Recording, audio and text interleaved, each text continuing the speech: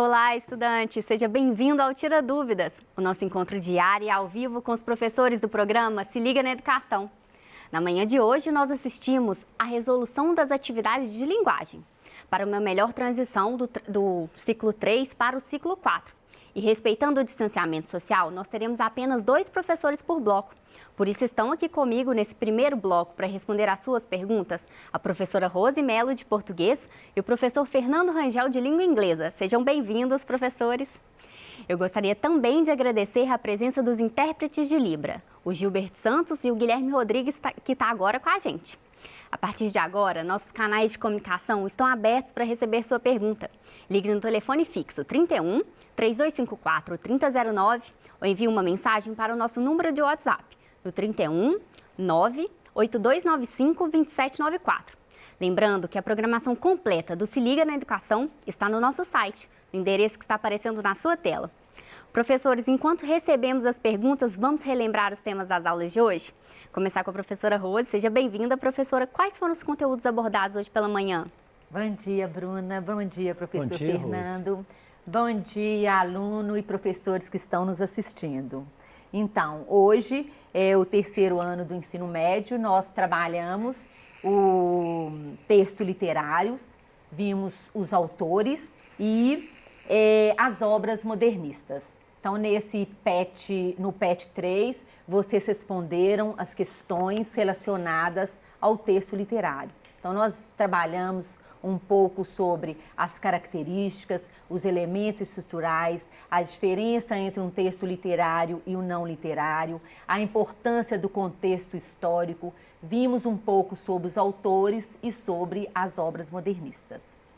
A professora Renata Lage, no 5º ano, trabalhou com vocês sobre histórias, o gênero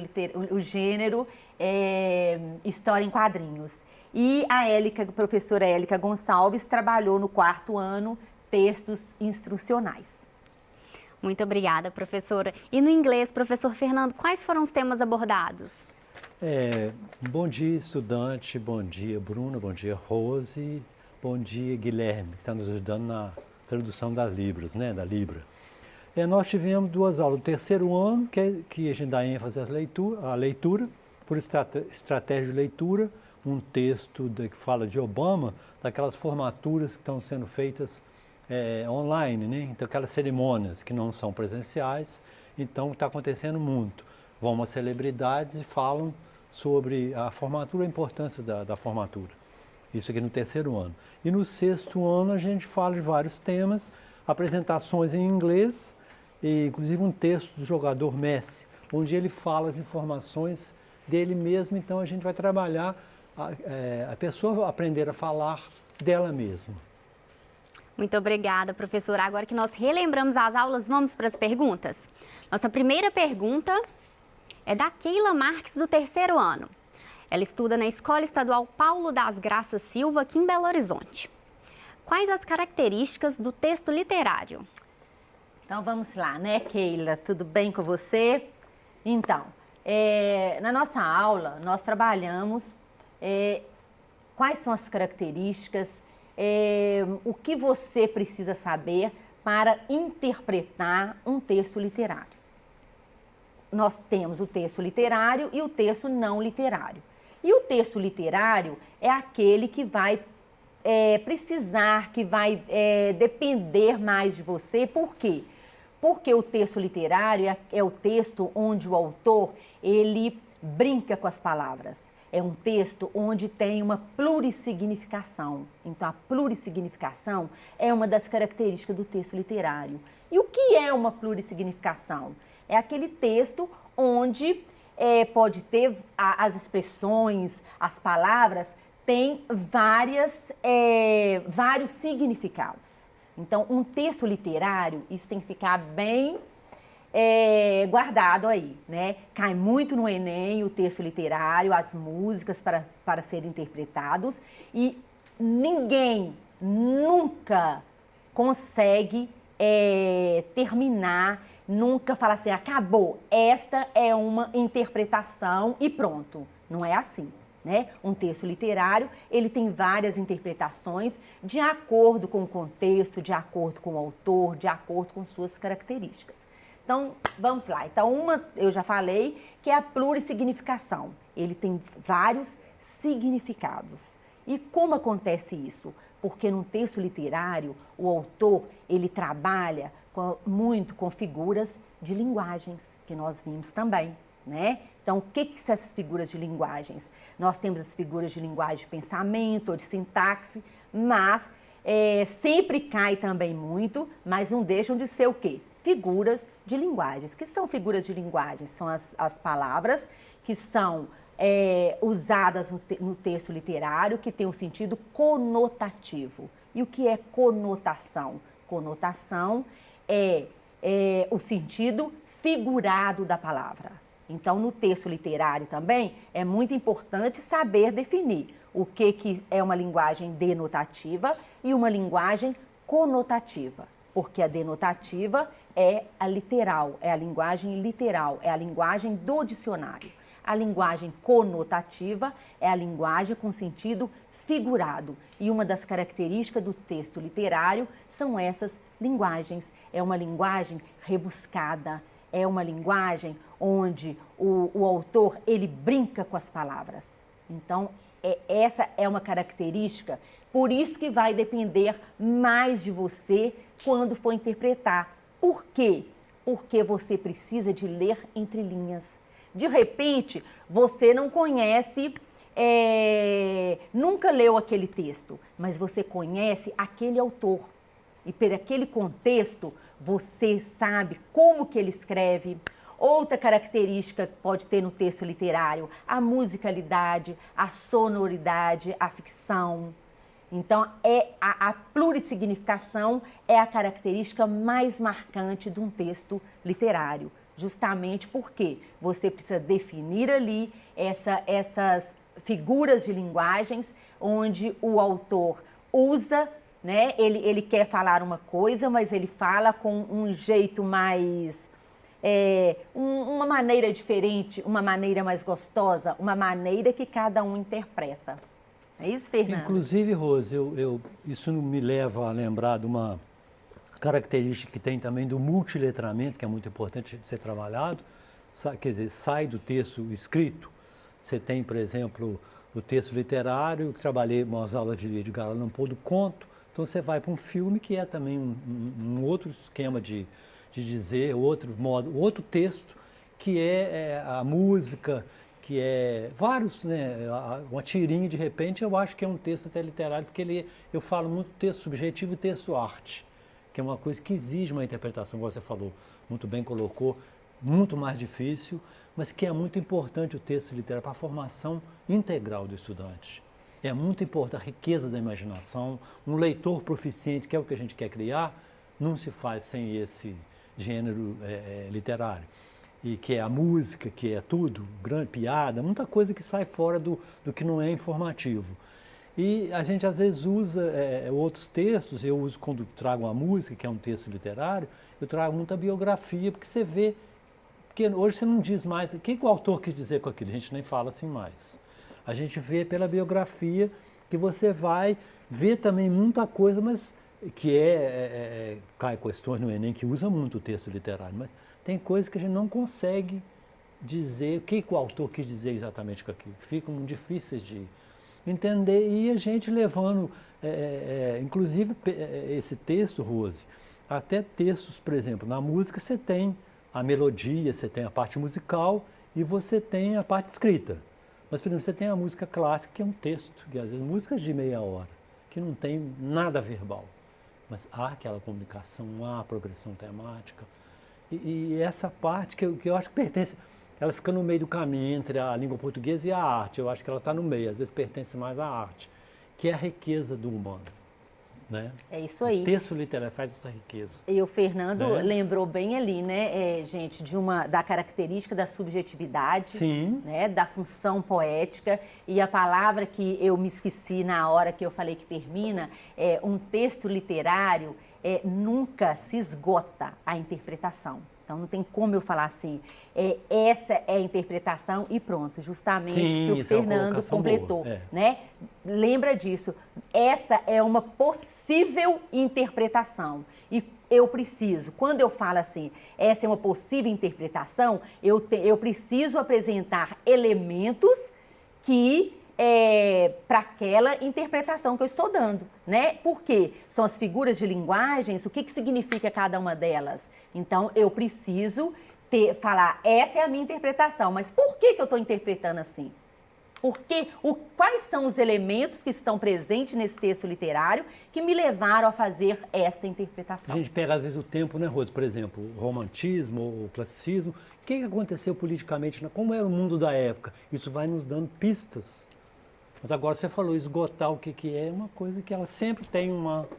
Que é importante o contexto, né? O contexto histórico. O que está acontecendo naquele momento, sim, né, professor? Sim. Então é isso, Bruno. Muito obrigada. Super respondido, né, Keila? Agora vamos para a próxima pergunta. Uma pergunta do 6º ano. Vamos ler. Como faço para perguntar o preço, professor? É uma pergunta boa também, né? Que 6º ano eles têm muito cuidado, muito carinho para preparar essas aulas para o 6º ano, porque vira um pouco o inglês. A pandemia, logo, talvez tiveram um mês de aula.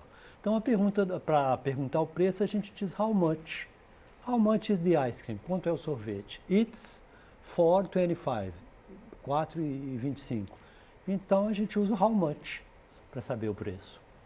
Vamos para mais uma pergunta de inglês? Uma pergunta do 3º ano. Qual o modo mais fácil para se estudar o inglês? Isso eu falo que, além de um curso ou qualquer coisa que você vai estudar, ou por autodidata, que eu acho que muitos professores falam, é a imersão, que nos possibilita o que outras épocas a gente não tinha. Essa imersão, eu estudei inglês, você ouvia muita música, mas você não tinha acesso às letras. E filme que a gente via.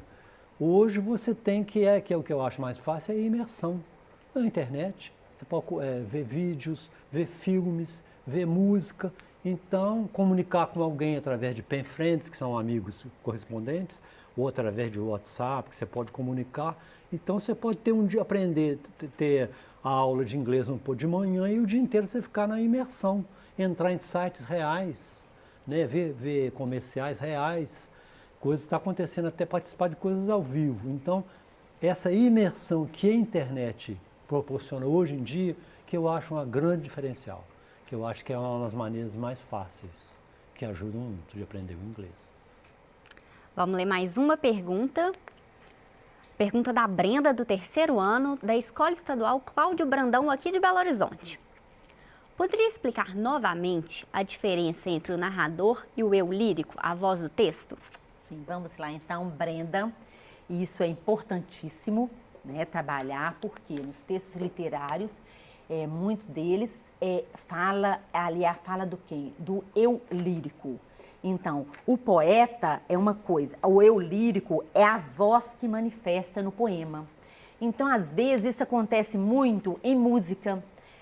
Quem cria, o autor daquela música, às vezes é masculino. Existe muito na música do Chico Buarque.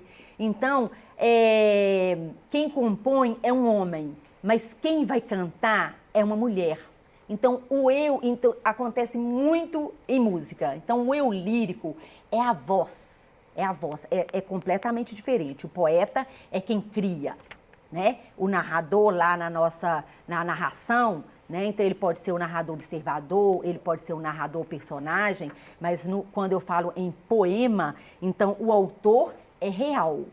O autor é real, ele está escrevendo. Mas quem é a voz ali? A voz é o fictício, é o eu lírico. Então, muitas vezes, o poeta, o autor, é um homem. Mas quando você vai ler aquele poema ali, nas características, nos elementos que te apresentam, dá para você perceber que é a voz de uma mulher. Então, essa mulher é o eu lírico. Então, o eu lírico é o que está ali entre o autor e entre o poema. É a voz, é o fictício. E o autor é o real. Então, quando você vai ler, dá para você perceber se existe ali um eu lírico ou não. E esse é uma característica fundamental que você precisa descobrir no texto para te ajudar a essa interpretação. E comece a prestar atenção nas músicas. Músicas tem muito disso. Então, quem compõe é um homem, mas quem vai cantar, né, essa pessoa vai ser uma mulher. Então, quando você vai interpretar a letra daquela música, ela está falando tudo no sexo feminino de quem está cantando. Então, ali é o quê? É o eu lírico. É a voz entre quem compôs e a música. Vamos ler mais uma pergunta. Pergunta do 3º ano para inglês. Em quais situações na língua inglesa é importante a tradução? Eu acho essas perguntas às vezes repetidas, né? Mas eu acho importante sempre falar isso. É que a gente tenta evitar a tradução. Eu acho que ela é importante para a pessoa saber na compreensão das palavras. E tem algumas palavras que só com a tradução que você consegue pegar o sentido delas. Mas no estudo da língua inglesa deve-se evitar a tradução. Tanto que é muito importante o dicionário de uma língua só. Você vê aprender por sinônimos. Essa palavra aparece em tal lugar, o sinônimo dela é essa. Se a gente continuar pensando em português, tudo traduzir, você não larga do português. Você tem que desligar do português. Agora, há casos realmente que coisas assim, dei uma aula que eu gravei hoje sobre o horóscopo e sobre falar de si mesmo, das características das pessoas, se elas são extrovertidas. Então, há palavras que eu noto que precisam da tradução, para você ter aquela noção exata, aquele nuance exato da personalidade. Então, em alguns casos, mas não é uma coisa que você vai sempre usar, não, você tem que abandonar. Traduzir a palavra uma vez e guardar o significado. Guardar. E tentar... Tem coisas que não precisam, por isso que em inglês tem muito com imagem. Você vê as imagens para você evitar a tradução. Você pensar em português, depois passar para o inglês, que é difícil. Você tem que pensar direto. Ir direto, né? Vou aproveitar e fazer mais uma pergunta para o professor Fernando. Ana Lavínia, da Escola Estadual Interventor Alcides Lins de Curvelo, do 6º ano, está perguntando. Poderia explicar melhor sobre o verbo to be? É o famoso, né? Muito famoso. Que a gente hoje em dia, nessa nova abordagem, não é que ele deixe de ser importante, não, continua sendo importante. A gente via aquelas aulas, eu sei que eu já fiz isso em aula, verbo to be afirmativo, verbo to be negativo, interrogativo, que inverte aquilo tudo lá, isso é importante saber. Mas hoje a gente tem uma noção de usar aquele verbo to be para uma finalidade comunicativa. Que eu chegar a falar isso do perto do Messi, I am Messi, I am from a Argentina, ele vai falando, então ele vai se apresentando ou falando de outras pessoas, ele vai ter que usar o verbo to be. Então é uma coisa usada, né? Agora, ficar naquela coisa gramatical, de saber ele, sem usar numa forma, falar a idade, você usa o verbo to be, igual tem no texto, que a gente fala do Pet, I am, do Messi falando, I am 23 years old, eu tenho 33 anos, I am a soccer player, sou um jogador de futebol.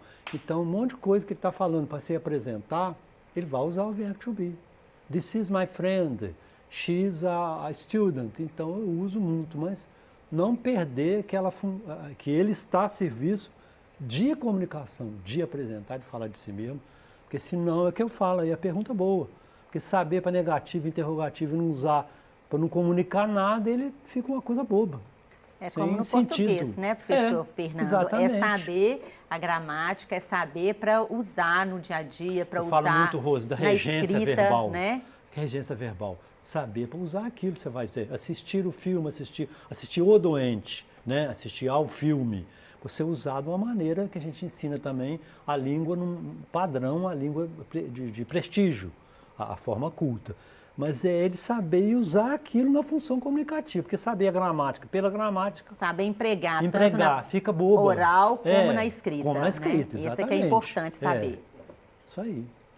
Vamos ler mais uma pergunta? A pergunta é do Jairo José, do 3º ano, da Escola Estadual Antônio de Toledo, em Paraisópolis. Ele está perguntando, por que a palavra enchente escreve com CH e não com X, conforme a regra? Jairo, acabamos de falar aqui, né, professor Fernando? São regras, né? Tanto a matemática, acho que o português, o inglês, existem regras. e as regras precisam ser estudadas sim, para poder escrever e para poder empregá-las corretamente, né? Então, sempre nós falamos que quando há ocasiões que precisa usar a linguagem formal, então você precisa de saber regras, aqui nesse caso é na escrita. E aí, como você falou, é a palavra enchente, né? Então, é uma exceção. O português, ele é lotado, é cheio de regras e de muitas exceções. Porque a regra geral, né, é que depois do em, escreve-se com X. Tipo o quê? Tipo enxurrada, enxergar, então é com X. Aí, de repente, vem lá a palavra enchente. Mas por que enchente eu vou escrever com CH e não com X? É uma exceção, né? Então, ele significa o quê? Cheio. Então, ele vem do verbo encher. O verbo encher escreve com CH. Então, enchimento, deixa eu ver qual outra que vem desse... Enchente, enchimento, encher, é com CH. Então, todas as palavras da família de encher são escritas com CH, mas é uma exceção, tá, Jairo? Então, a explicação é essa. Realmente, a regra é, depois de EN de em, escreve-se X. Mas encher, o verbo encher é uma exceção. Enchente tem encher mais o sufixo ente. Ô, Rose, por isso que eu falo muito também, me pegando para o inglês, que o aluno gosta de pegar regras, né? Por exemplo, o I lê como I. I am, I, né? O I, I.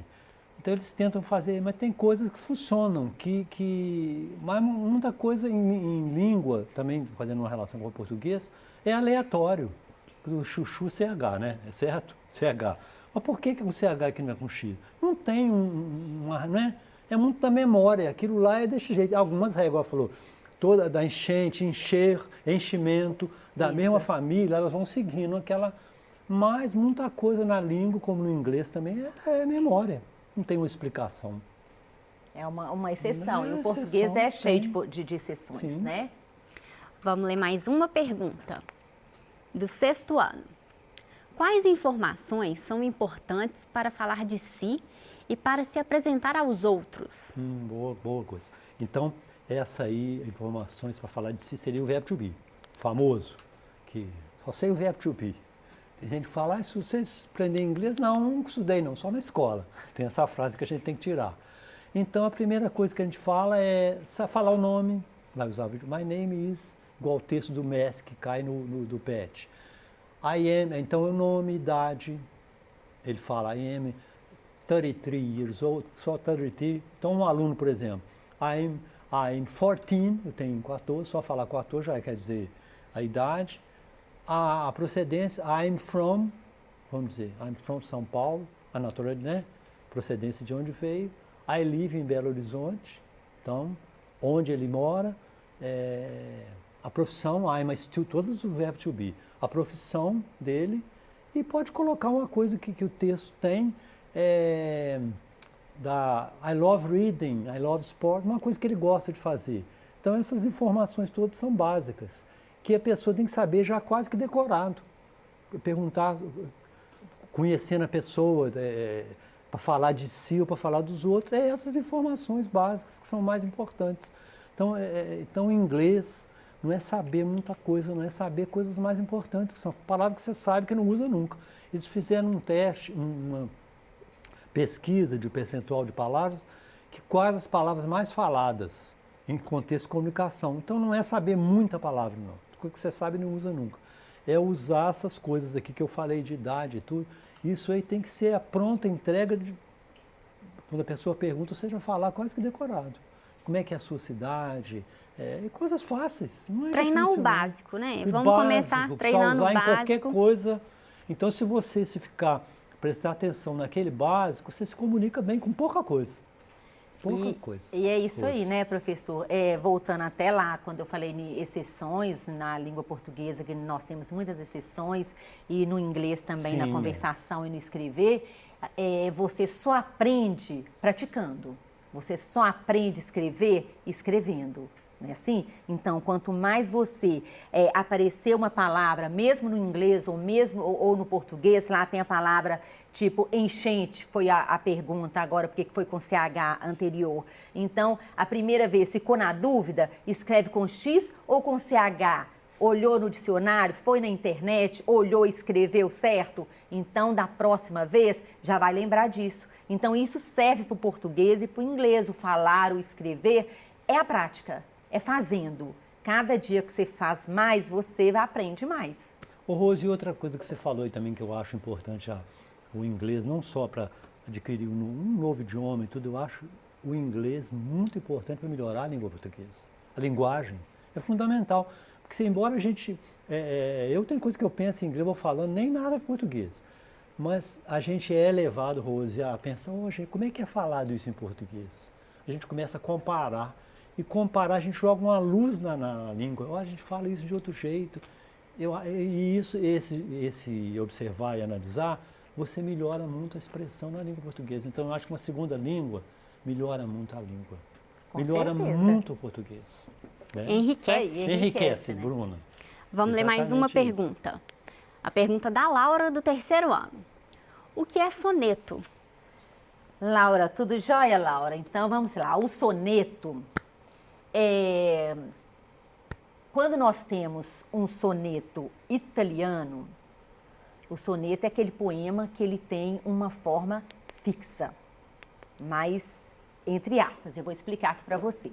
Quando temos o soneto clássico, que é o soneto italiano, ele é composto de versos, né? O que é um verso? Um verso é quando o autor não usa a linha toda, usa uma parte da linha, é um verso.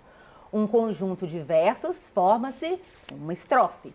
Então, o soneto italiano, que é o clássico, ele é composto por 2 versos, 2 estrofes, 2 quartetos, então quer dizer 2 estrofes com 4 versos e 2 tercetos, que são 2 estrofes com 3 versos.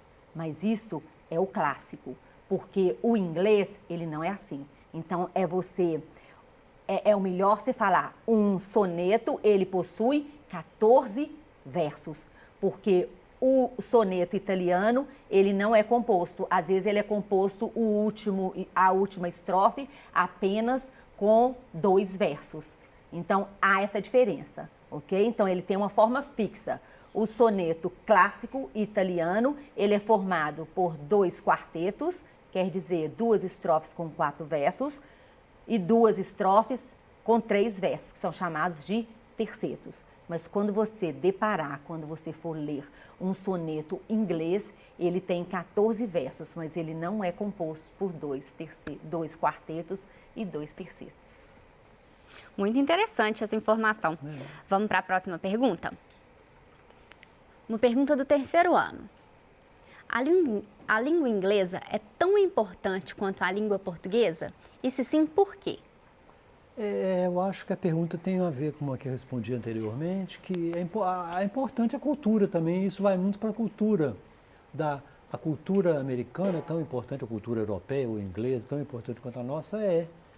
Eu acho que não só na língua, como na cultura, você aprendendo outra cultura, você valoriza a nossa. Isso aí é indiscutível, entendeu?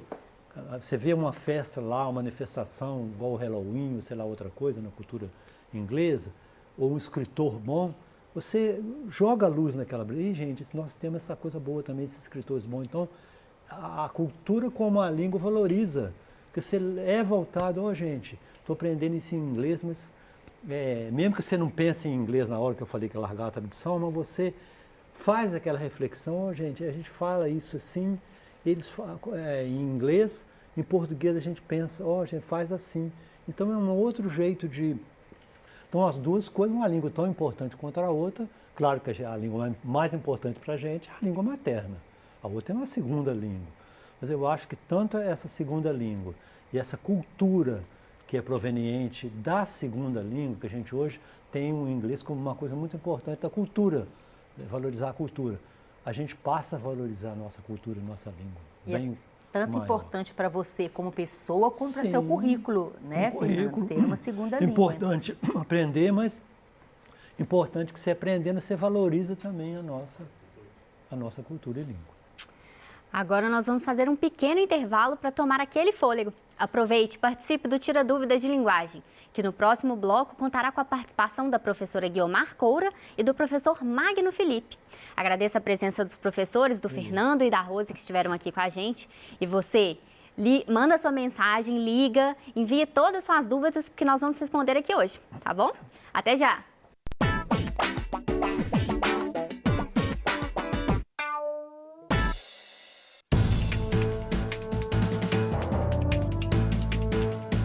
Diariamente levamos até você as notícias da sua cidade, do seu estado. Entrevistas e a repercussão dos fatos em 2 edições diárias. Jornal Minas, de segunda a sexta, 13h e 19h30. Baixe o aplicativo da Rede Minas no seu smartphone e acompanhe nossa programação ao vivo. Rede Minas, mais perto de você.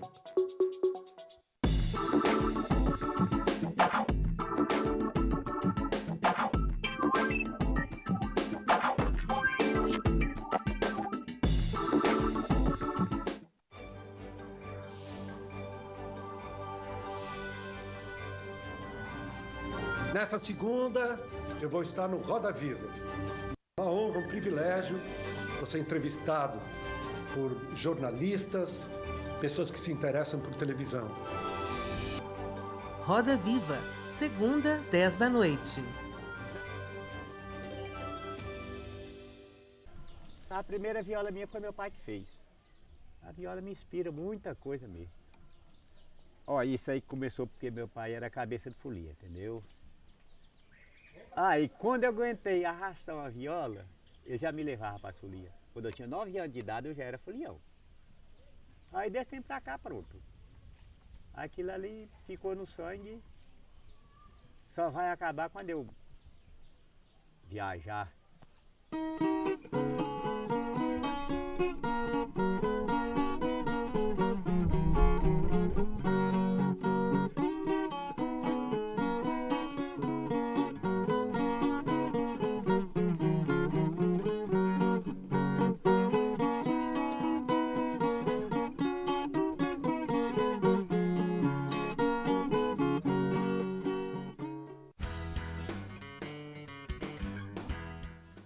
Ei, gente, no BG de Casa em Casa desta segunda vamos falar sobre as habilidades do futuro, competências que mudam a cada dia, principalmente agora, frente à pandemia do novo coronavírus. Participe dessa conversa com a gente. O programa vai ao ar às 5h30 aqui na Rede Minas. Conto com você.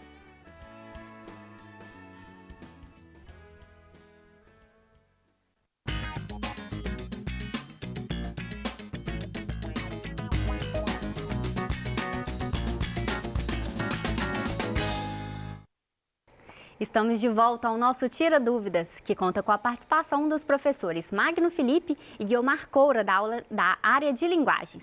Sejam bem-vindos, professores. Lembrando que você também pode fazer sua pergunta sobre as aulas de hoje pelos nossos canais de comunicação, que estão aparecendo na sua tela. Enquanto nós recebemos as perguntas, vamos relembrar os temas das aulas. Professora Guiomar, quais foram os conteúdos abordados hoje pela manhã? Ok, bom dia, Bruna, bom dia, professor, bom dia a todos que estão aqui, né, no estúdio. Então, hoje no 7º ano nós falamos sobre textos jornalísticos, mais especificamente sobre a notícia. No 8º ano nós falamos sobre o anúncio publicitário e textos normativos, resolvemos algumas questões, né? E no 9º ano nós falamos sobre o sentido das conjunções, né? Qual que é o efeito de sentido estabelecido ali entre as orações quando nós temos uma conjunção ali no meio. E nas suas aulas, professor Magno, quais foram os conteúdos abordados? Bom dia, Bruna. Bom dia, professora Guiomar. Bom dia, Gilbert e toda a equipe. Bom, hoje nós falamos sobre as fake news com a turma de 1º ano e falamos sobre a literatura negra brasileira com a turma de 2º ano do ensino médio. Agora que nós relembramos as aulas, vamos passar para as perguntas? Nossa primeira pergunta desse bloco veio do Rio de Janeiro, do Luiz Fernando, do Colégio Martins. Luiz está perguntando: o que é linguagem formal e linguagem informal? Ok, Luiz, muito obrigada pela participação. Um abraço para todos aí do Rio, né? Então, nós falamos muito sobre isso, na verdade, em todas as aulas, né? A gente comenta sobre essa diferença da linguagem, a importância também de estabelecer aí, né? De situar essa linguagem de acordo com o contexto. Então, a linguagem formal é aquela linguagem que está mais próxima da norma padrão, porque nós temos uma variedade que é de prestígio, que é essa norma padrão, né? A norma culta, em que nós a empregamos em textos científicos, em textos mais formais, né? Por exemplo, a notícia também usa uma linguagem mais formal, porque é uma linguagem mais objetiva. E a linguagem informal é aquela linguagem que nós usamos no nosso dia a dia. É uma linguagem que não se preocupa tanto com o padrão, com as normas da gramática, uma linguagem mais carregada de gírias, por exemplo, né? E o mais importante nós sabermos o que é uma linguagem formal e informal, é nós sabermos que, dependendo do contexto, em cada situação, exige também um tipo de linguagem, né? Então, eu acho que o mais importante é isso, que a linguagem também, nós poderíamos dizer que ela é situada, depende muito do contexto. Mas a diferença entre linguagem formal e informal é justamente essa. Uma, que é a linguagem formal, ela se aproxima mais da norma padrão. E a linguagem informal é a linguagem que nós usamos no nosso dia a dia, no cotidiano. Eu costumo dizer que existe um compromisso, né? A linguagem formal, ela vai ter um compromisso maior, como a professora disse, com a norma padrão, com as regras gramaticais. Enquanto que a linguagem informal, ela tem um compromisso menor com todas essas regras. É importante falarmos também, professora, você falou sobre a adequação linguística, né? Que não existe língua errada, não existe língua certa. Existe, como nós dissemos, com mais compromisso e com menos compromisso com a gramática, mas o importante é que nós consigamos nos comunicar, claro, respeitando a adequação linguística. Existem momentos que você precisa de ter uma linguagem um pouco mais formal. Em uma entrevista de emprego ou diante de autoridades, o ideal é que nós tenhamos uma linguagem mais formal. Mas com seus amigos, entre os seus familiares, nós não precisamos de manter uma linguagem tão formal, tão padrão, não é? Exato. E em se tratando de escrita, eu acho muito importante falar sobre isso também, né, professor? Que quando vamos pensar, por exemplo, numa redação, num texto escrito, né, numa produção que é exigida, por exemplo, num contexto escolar. Quando o professor solicita que você faça uma produção de texto, redija um texto, é importante também nós sabermos qual é o gênero. Por exemplo, porque se eu tenho uma redação do Enem, lá ela já vem escrito, né? Que é redige o seu texto em na norma padrão, né? De acordo com a norma padrão. Então, nós temos que nos atentar a isso também. Qual que é o gênero do texto, qual que é o tipo de texto, porque as tecnologias, eu não vou exigir que uma pessoa que está conversando comigo pelo WhatsApp, por exemplo, que é informal, é o que a gente chama de internetês, né? Algumas pessoas falam até de internetês, né? Então, a linguagem que se emprega nesses contextos, por exemplo, uma mensagem de texto, eu estou escrevendo um e-mail para um colega, mandando uma mensagem, aí eu vou empregar a linguagem informal. Agora, num texto escrito, né, dependendo do gênero de texto também, porque se for uma carta pessoal, se eu estou enviando uma carta para um amigo, eu vou usar também uma linguagem informal. Então, é por isso que essa adequação linguística, nós sabermos a adequação, qual que é a situação de comunicação, é muito importante. Vamos ler mais uma pergunta aqui no telão? Uma pergunta do 2º ano. Em uma das aulas, você falou sobre equidade. Poderia dizer novamente o que é? Bom, é uma excelente pergunta. É uma pergunta que ela extrapola o contexto escolar e ela vai para um contexto social, né, professora? A equidade, nós temos as pessoas às vezes confundem muito a igualdade com a equidade. A igualdade é quando eu tenho 3 canetas, eu tenho 3 pessoas, e aí eu vou entregar uma caneta para cada pessoa. Isso é igualdade. Eu trato de forma igual, de forma igualitária. A equidade é quando eu tenho 3 canetas, mas eu tenho 3 pessoas, mas dessas 3 pessoas, 2 já têm uma caneta.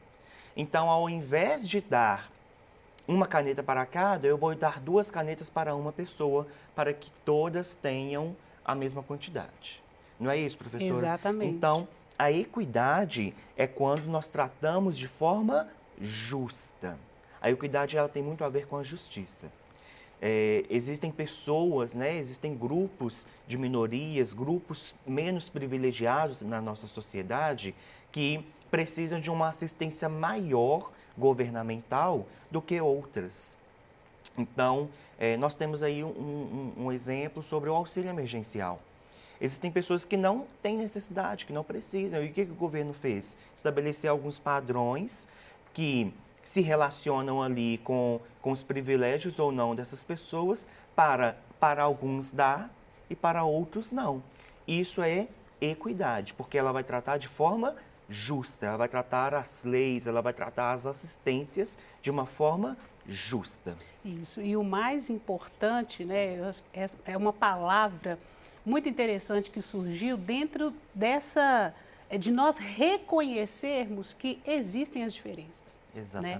Né? Quando nós falamos de igualdade, não adianta eu falar assim que eu vou tratar todas as pessoas de uma forma igual, entendam o que nós estamos dizendo aqui, obviamente, se as pessoas elas são diferentes, sabe? Se as pessoas elas são diversas. Então, a igualdade, ela é uma palavra mais adequada para nós quando nós estamos lidando com as pessoas, porque as pessoas elas possuem contextos diferentes, realidades diferentes e necessidades diferentes. Então, é por isso que, né, a questão da igualdade, tratar as pessoas iguais, sendo que elas são diferentes, né, as pessoas têm necessidades diferentes, então é por isso que nós temos que trabalhar também a questão da equidade, porque a equidade, ela leva em consideração essas diversidades, as diferenças das pessoas, né? Exatamente. Muito importante saber o significado e praticar. Exato. Mais importante ainda. É a prática. Vamos ler mais uma? A Larissa Araújo, do 7º ano, da Escola Estadual Professor Caetano, aqui de Belo Horizonte, está perguntando: a reportagem é um gênero jornalístico como a notícia? Sim, né? A Larissa, obrigada Larissa pela sua pergunta, é importante, né? Nós sabermos que os textos jornalísticos, eles são vários, né, professor? Que os tipos de textos jornalísticos, eles são vários e a reportagem é também, né, um tipo de texto jornalístico, assim como a notícia. Embora, né, ambos sejam textos informativos, que também contêm, né, uma informação, mas a reportagem, ela tende mais para a opinião. Ela apresenta uma opinião de quem está redigindo, de quem está tratando aquele fato, trazendo aquela informação, diferente da notícia. A notícia, ela tende a ser mais neutra do que a reportagem. Ela apresenta o fato ali, sem esse compromisso de dar uma opinião a respeito do assunto, do ocorrido. Vou aproveitar e já vou te fazer essa pergunta, professora, do João Gabriel, do 7º ano, da Escola Estadual Amâncio Juvencio. Qual a diferença entre notícia e reportagem? João Gabriel, obrigada pela sua participação. E nós falamos, né, acabamos de dizer que a diferença entre notícia e reportagem é justamente essa, o teor opinativo, que a reportagem ela tende a dar, né, a opinião a respeito do fato e a notícia ela tende a ser mais neutra. E também uma das outras diferenças é que a reportagem é um texto mais longo do que a notícia, né, professor? Exatamente, tem uma questão da temporalidade também, né, professora? Isso é importante. Que é importante nós falarmos que a notícia ela é temporal. Então, hoje é notícia, mas daqui uma semana já não é notícia mais. E a reportagem não, ela tem uma ideia atemporal. Então, eu consigo pegar uma reportagem que foi passada na década de 90 sobre a Amazônia, por exemplo, e que eu ainda vou conseguir, é claro que alguns dados serão atualizados, Certamente. mas de modo geral eu consigo assistir, eu consigo ler e compreender. Porque a notícia, se nós não estivermos inseridos nesse contexto dessa notícia, é mais complicado de nós entendermos, de nós interpretarmos essa notícia. Isso, a especialidade da notícia é esse caráter de novidade, né? Justamente. Vamos ler mais uma. Uma pergunta do primeiro ano. O que é fake news? Bom, nós falamos algumas vezes sobre isso nas aulas e é importante pontuarmos mais uma vez. Existem alguns assuntos que são inesgotáveis, né? Então, que precisamos de discutir sempre.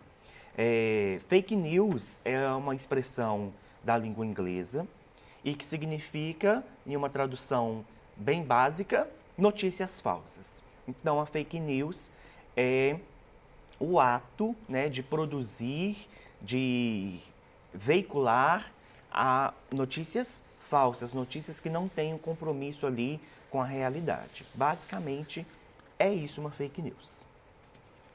Vou ler então agora mais uma pergunta. Aqui de Belo Horizonte, a aluna não falou o nome, mas é da Escola Estadual Madre Carmelita. E a pergunta é a seguinte, uma pergunta de 9º ano. Qual a diferença entre metáfora e hipérbole? Então vamos lá, né, professor? Me ajuda aí, vamos retomar esse assunto. São figuras, né? São figuras de linguagem. A metáfora, nós explicamos, eu costumo explicar para os meus alunos que a metáfora ela é uma comparação mais implícita, né? Por causa que eu pego coisas que são de universos diferentes e estabeleço ali uma relação de sentido. Quando eu digo, por exemplo, né, a Bruna é uma flor. Vamos pegar a Bruna aqui como exemplo, mas é verdade, tá, gente? A Bruna é uma flor. São coisas, a Bruna, né, e flor são coisas de universos diferentes, né? A Bruna, ser humano e tal, mas eu estabeleço uma relação ali com a flor, porque eu estou comparando implicitamente a Bruna com essa flor, mas pegando as acepções, as características. O que eu quero dizer com isso? Eu quero dizer que a Bruna ela é delicada, que a Bruna é bonita. Então, é por isso que a metáfora é uma comparação implícita. Eu estabeleço uma relação entre coisas que pertencem a universos diferentes. Porque se eu coloco, por exemplo, a Bruna é como uma flor, aí já é uma comparação explícita, né? Então, já é uma outra figura de linguagem que é comparação. Agora, a hipérbole é aquela figura de linguagem que o que estabelece um exagero. Quando eu digo, por exemplo, ontem eu chorei um rio de lágrimas, isso é um exagero, né? Então, a hipérbole é uma figura de linguagem que traz um exagero, não é isso, professor? É isso mesmo. É muito comum, principalmente na linguagem informal, utilizada pelos adolescentes, né? Uhum. Ontem eu comi um caminhão de doce. Não a possibilidade de comermos um caminhão de doce, mas nós utilizamos desse exagero para enfatizar a nossa ação. Exato. Então, essa figura de linguagem aí chamada de hipérbole. É bom nós falarmos, professora, mais uma vez também, que as figuras de linguagem, elas são subdivididas, né? Nós temos a figura de sintaxe, nós temos as figuras de som, e que tudo isso compõe a figura de linguagem. Com meu jardim de flores aqui, vou fazer mais uma pergunta. Aqui é de Araxá. A Luísa Helena, da Escola Estadual Maria de Magalhães, do 6º ano, está perguntando. Poderia explicar o que é uma carta de reclamação? Qual é o nome mesmo, Bruno? Luísa. Luísa, obrigada pela sua pergunta. De Araxá, né? Cidade boa, sou doida para conhecer, gente. É lindo. Pois é. Mas, então, voltando aí à pergunta, né? O que é uma carta de reclamação? Carta é um gênero, né? É um gênero de texto também, e que a gente encontra geralmente também, pode estar ali nos textos, entre os textos jornalísticos. Por quê? Que a gente compara também, existe uma certa aproximação, de alguma maneira, com a carta do leitor, né? Mas a carta de reclamação é aquele tipo de texto, é um gênero de texto que eu uso para fazer uma reclamação, como o próprio nome diz. Por exemplo, quando você adquire uma mercadoria e essa mercadoria ela veio danificada, né, e você se sentiu ali lesado diante daquele produto que você adquiriu, você pode redigir uma carta, né, para a loja, para a empresa e reclamar, né, sobre o produto, de que o produto veio estragado ou danificado e que esse produto ele não funciona, por exemplo. Então, a carta de reclamação ela serve para isso. Hoje, como nós temos aí as tecnologias digitais, né, as várias ferramentas e plataformas, enfim, nós podemos também fazer essa aproximação, da carta de reclamação com e-mail. Porque eu posso também escrever, ao invés de redigir uma carta, eu posso mandar um e-mail, enviar um e-mail para a loja, porque geralmente as lojas elas têm também, né, esse contato, o e-mail, para você enviar também uma reclamação. Então, hoje nós podemos usar também o e-mail para fazer essa reclamação aí acerca de um produto, ou também eu posso usar uma carta de reclamação para fazer uma reivindicação com os órgãos públicos também, né? Se na sua rua, por exemplo, tem lá buracos ou a questão do lixo, né? O saneamento básico, você pode usar também uma carta de reclamação ou e-mail para fazer essa reivindicação, porque o termo, inclusive, de reclamar, nós trabalhamos na aula no sentido de reivindicar, né, professor? E é muito importante falarmos por que é carta, né? É uma carta porque é um gênero que ele tem algumas características, o objetivo dele é de reclamação, mas a estrutura dele ainda é de uma carta, porque nós ainda precisamos ter um vocativo, que é o nome da pessoa, da empresa ali que você está destinando aquela carta. Nós temos o corpo do texto, em que você vai introduzir o assunto, em que você vai chegar ao, de fato, o que é reclamado. E nós temos ali, depois, a data, cidade e data, e a assinatura, no caso de quem está escrevendo. É importante falarmos também, professora, que temos a carta de reclamação, temos o e-mail de reclamação, como você falou, mas temos também uma evolução mais desse gênero, que são os comentários de reclamação. Então, às vezes tem a sua loja de aplicativos aí no seu celular, você vai baixar um aplicativo e lá embaixo tem a nota que as pessoas dão de modo geral e tem as reclamações. Esse aplicativo não funciona, ele trava muito, ele promete uma coisa e faz outra. Então, é uma evolução também deste gênero, carta de reclamação.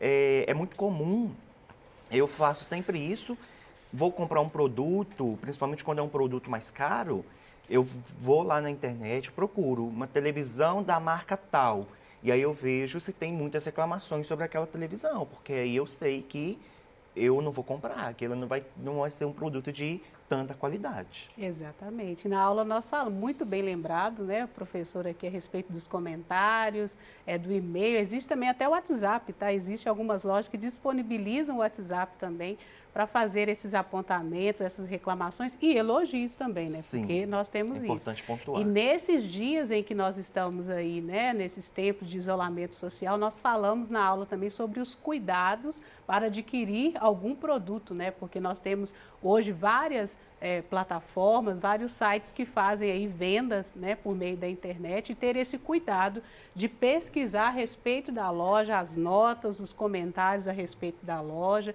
até mesmo os produtos vendidos também, né, porque existem lojas que são fictícias, então cuidado com isso. E falamos também da importância do órgão, né, do PROCON, para nós sabermos também como nos posicionar e como reivindicar os nossos direitos. Chegou a hora de mais uma pequena pausa na nossa conversa. Participe você também do Tira Dúvidas. É só ligar no telefone 31 3254 3009 ou enviar uma mensagem para o nosso número de WhatsApp no 31 98295 2794. Já já nós estamos de volta, não sai daí.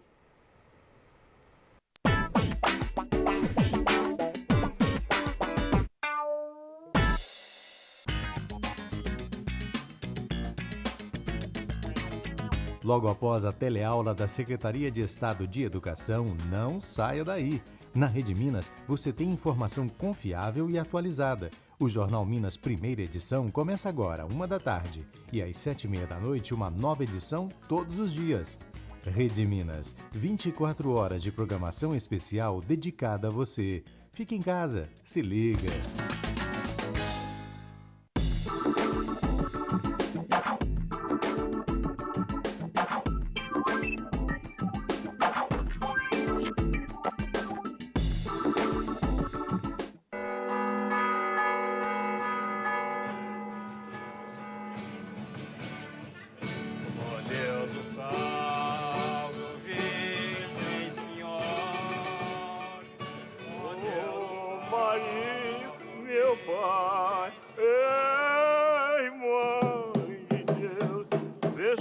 Esses vossos filhos, ai, ai, meu Deus. Oh, Maria.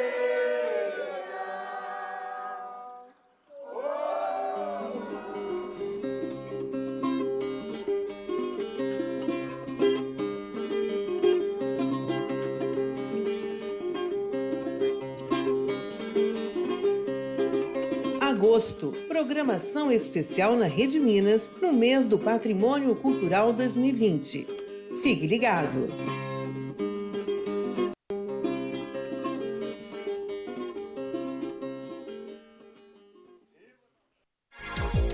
Rede Minas, agora também no canal 520 da NET HD. Sintonize!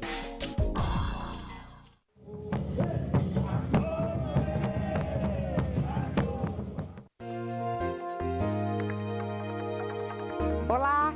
Com a necessidade do isolamento social devido à pandemia do novo coronavírus, o Opinião Minas está diferente. As entrevistas são feitas remotamente aqui pelo estúdio para mantermos a segurança de todos. Mas continuamos com o nosso propósito de dar a você, telespectador, a oportunidade de receber informações detalhadas e de qualidade sobre os diversos assuntos da atualidade.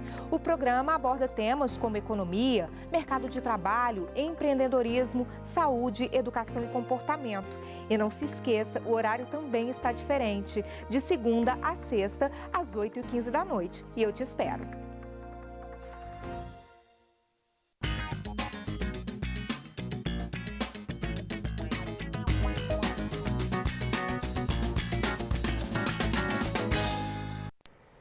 Estamos de volta ao terceiro e último bloco do Tira Dúvidas de hoje, com a presença da professora Guiomar Coura e do professor Magno Felipe. Participe você também nessa conversa. Ligue para o telefone 31 3254 3009 ou envie uma mensagem pelo WhatsApp no 31 98295 2794. Nós estamos esperando a sua participação, ainda dá tempo. A nossa próxima pergunta agora é da Alexia, da Escola Estadual Padre Camargos, do primeiro ano.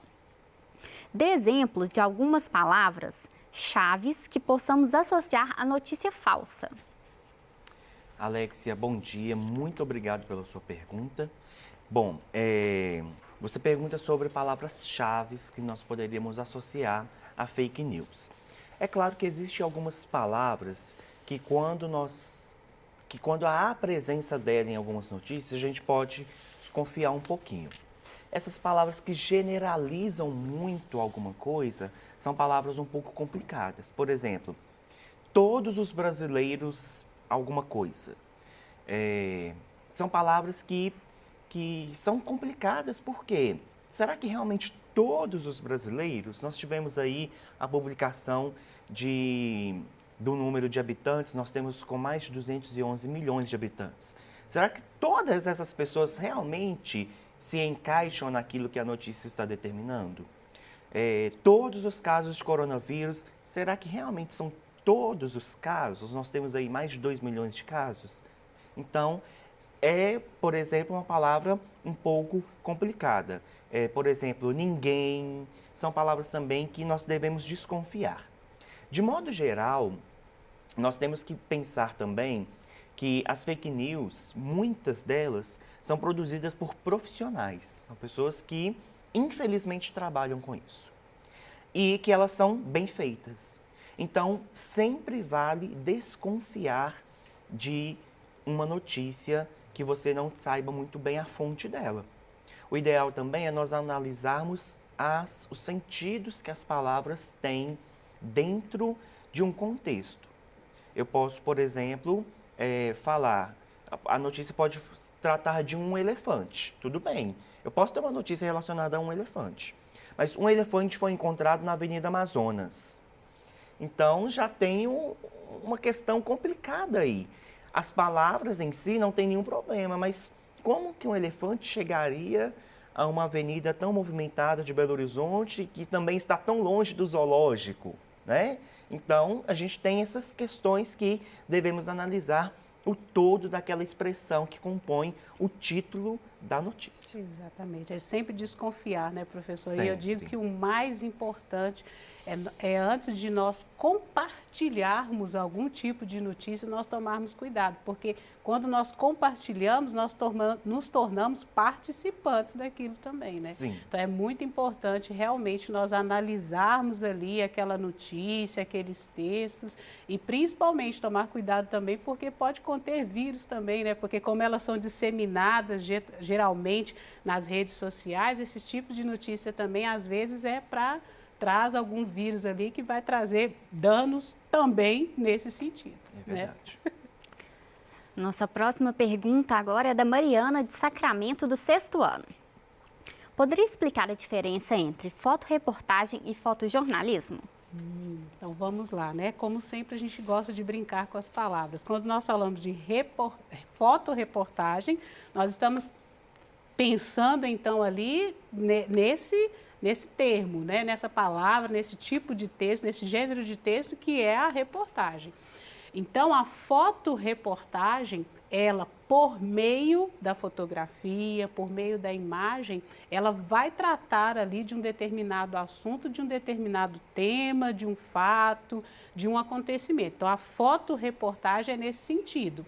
Pensando sempre que a seleção daquelas imagens, daquelas fotografias, elas contêm também um ponto de vista da pessoa que está, né, trabalhando aquela fotoreportagem. Lembrando também que a fotoreportagem é um gênero do fotojornalismo e o fotojornalismo é um gênero do jornalismo, porque nós temos o fotojornalista, que é aquela pessoa que tem a responsabilidade, né, de registrar aquele momento em que a fotografia vai ser um complemento da notícia. Então, o fotojornalismo está ligado mais à notícia, ao jornalismo, aquele fato, né, aquela notícia que está sendo transmitida. Então, a notícia, a fotografia, aliás, que é usada, né, naquela notícia por aquele fotojornalista, tem esse sentido de complementar a informação, aquilo que está sendo transmitido ali. Já a fotoreportagem, você tem um conjunto de imagens ali que vai tratar, vai abordar um determinado tema ou assunto, né? E lembrando que a seleção das imagens ali, já está dado a opinião da pessoa que produz. Vamos para mais uma pergunta. Uma pergunta do 2º ano. Qual a relação de luta social e literatura? Excelente pergunta, porque a luta social e a literatura, elas estão muito ligadas em vários momentos da nossa história. Um exemplo que eu gosto muito de falar dele, que ele é muito claro, é sobre a Semana da Arte Moderna de 1922, que ocorreu em São Paulo. Essa semana, ela reuniu artistas de vários segmentos, então tinha artistas plásticos, autores, né, de poemas, de romances, músicos, e foi uma semana em que houveram ali, né, várias reuniões com o objetivo de expressão de arte e que era também um ato político, era também um ato em que a luta social daquelas pessoas, ela veio ali em evidência. A literatura, hoje em dia, ela tem uma ligação muito grande com a luta social, porque as pessoas, né, que fazem parte ali de minorias e que sentem a necessidade, tanto pessoal quanto social, de se colocar diante de alguma luta, ela expressa isso por meio da literatura.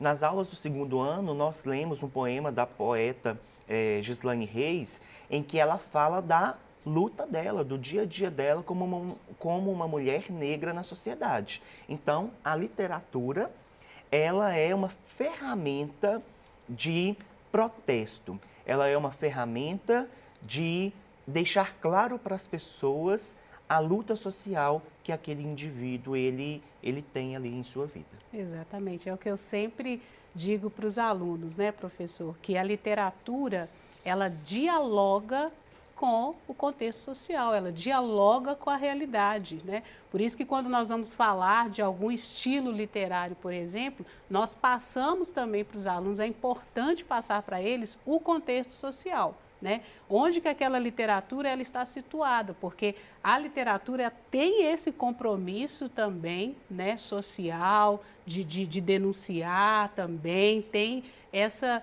esse compromisso. Então, é por isso que luta social e literatura, né, andam juntos, também por causa desse exemplo que o professor deu, né, nós podemos aí associar, porque a Semana de Arte Moderna foi um movimento que inaugurou, né, o modernismo no Brasil, porque os autores eles já estavam, né, dialogando, percebendo que a literatura no mundo, né, estava mudando, então as pessoas também quiseram aí, através dessa semana, dizer, olha, as coisas no mundo estão mudando, então nós também precisamos mudar. A literatura, ela já é outra, né? Porque nós temos aí as vanguardas europeias, que na época já estava já fervilhando aí, né, no mundo, na Europa, então a literatura, ela tem esse compromisso, né, de dialogar, de exigir também mudanças, de dizer, olha, as coisas estão mudando, da denúncia. Então, é por isso que a gente sempre fala, e eu retomo aqui, né?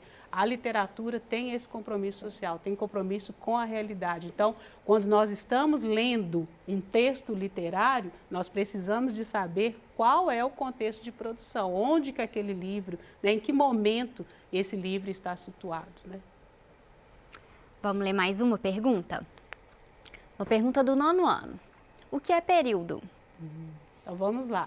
Período, lembrando, né, que o período é o enunciado que é composto por orações, né, ou por oração. Nós temos o período simples, que é formado por uma oração, e o período composto, que é formado por 2 orações ou mais, né? Então, lembrando também que oração é aquele enunciado que contém um verbo. Para ser oração tem que ter verbo, porque o enunciado ele gira em torno aí dessa palavrinha do verbo que vai nos dizer ali sobre algo, né? Sobre uma ação, uma mudança de estado, né? Então é isso. Então a oração, para ser oração tem que ter verbo e o período ele é composto por oração ou por orações. Nossa próxima pergunta agora é uma pergunta do 1º ano. Uma fake news pode impactar muito na sociedade? Uma fake news pode ter impactos gigantescos na sociedade. Falamos de impactos tanto para a vida pessoal das pessoas, quanto de impactos para toda a sociedade.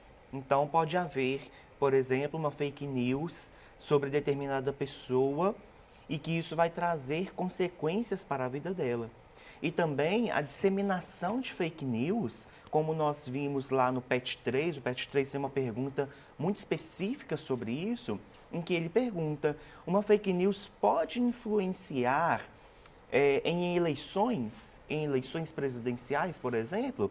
E sim, nós temos aí muitas pessoas que, devido às suas eleições, seja qualquer tipo de eleição, uma eleição presidencial, estadual ou uma eleição municipal, uma eleição até mesmo para uma associação de bairro, que disseminam ali uma notícia falsa sobre o seu oponente para que a pessoa possa ter mais chances de ganhar. Então, sim, nós temos aí casos mundo afora de presidentes da República que se elegeram e que usaram as fake news como ferramentas para se promover ali diante da sua população.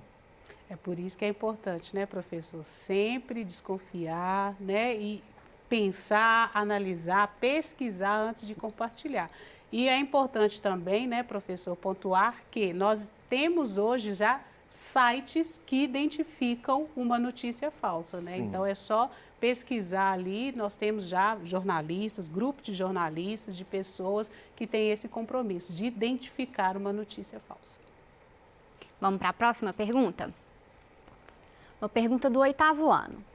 O que são neologismos? Neologismos. Então, vamos pensar ali na própria palavrinha, né? Neo vem de novo, não é isso? Então, neologismos são palavras novas que surgem conforme a necessidade. Nós falamos aqui em algumas aulas, né, sobre como que a tecnologia, ela enriqueceu também o nosso vocabulário, a nossa língua, trazendo, né, outras palavras. Então, neologismo são palavras novas que surgem conforme a necessidade. A tecnologia faz isso. A palavra, por exemplo, deletar não existia no nosso vocabulário, né? Mas com o uso aí da tecnologia, ela surgiu, né, na nossa língua, no nosso vocabulário. Agora, é muito importante também pensar que o neologismo, ele também está ligado a um sentido novo, um significado novo para a palavra, né? Vamos dar só um exemplo aqui, brincar um pouquinho. A palavra ficar hoje ela tem várias acepções, vários significados, e não só aquele comum do dicionário. Alguns dicionários já registram o sentido figurado, conotativo da palavra. Mas, lembrando, neologismos são palavras novas que surgem, mas também tratam de novas acepções, novos sentidos e significados. Vamos para mais uma pergunta. Uma pergunta do 2º ano. Por que há tanta desigualdade na literatura? Bom, nas aulas do segundo ano, nós analisamos um gráfico e esse gráfico mostrava a produção literária no Brasil da década de 60, se eu não me engano, até o ano de 2014. E nós vimos ali nesse gráfico uma grande desigualdade, tanto de autores quanto de personagens. No gráfico nós vimos que a grande maioria dos autores que produziram poemas, que produziram romances, contos, né, que produziram literatura da década de 60 até 2014, eram 96% de pessoas brancas, enquanto que o restante eram de pessoas não brancas. E vimos também essa porcentagem exorbitante nos personagens. Então, os personagens que compunham ali as histórias também eram, em sua maioria, de pessoas, né, de personagens brancos, enquanto que uma porcentagem muito menor eram de personagens não brancos. Essa desigualdade, ela é um retrato da sociedade. Ela é um retrato que traz aí uma mensagem sobre a nossa sociedade, sobre aquilo que nós vivemos, né? Sobre as desigualdades que estão estabelecidas ali, mas que precisam deixar de ser presentes em vários lugares. Então, às vezes, nós chegamos em um determinado lugar e vemos ali um grande número de pessoas brancas e um número muito pequeno de pessoas não brancas. Então, é uma desigualdade que está presente não só na literatura, mas, como eu disse, ela é um retrato da sociedade, né, professora? Lembrando também, né, professor, que essa desigualdade, ela já existe até mesmo quando a gente fala de aquisição. Porque existem pesquisas que comprovam que as pessoas que fazem parte da classe mais alta são as que têm mais acesso, né, que adquirem mais os impressos. E dentro desses impressos aí se encontram os livros, né, as obras literárias.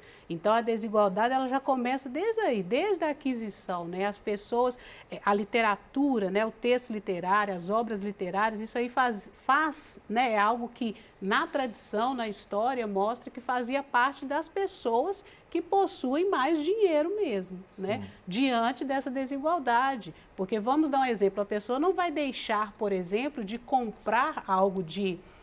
não estou dizendo que a literatura, o texto literário não é uma necessidade, até porque os autores, né, da literatura, os grandes autores, eles falam que a literatura ela deveria ser vista como uma necessidade. As pessoas precisam... Exatamente, como um direito básico, né? Então, as pessoas que possuem menos dinheiro, têm menos condições, como que elas vão deixar de adquirir algo, um item básico para comprar um livro, um impresso, uma obra literária.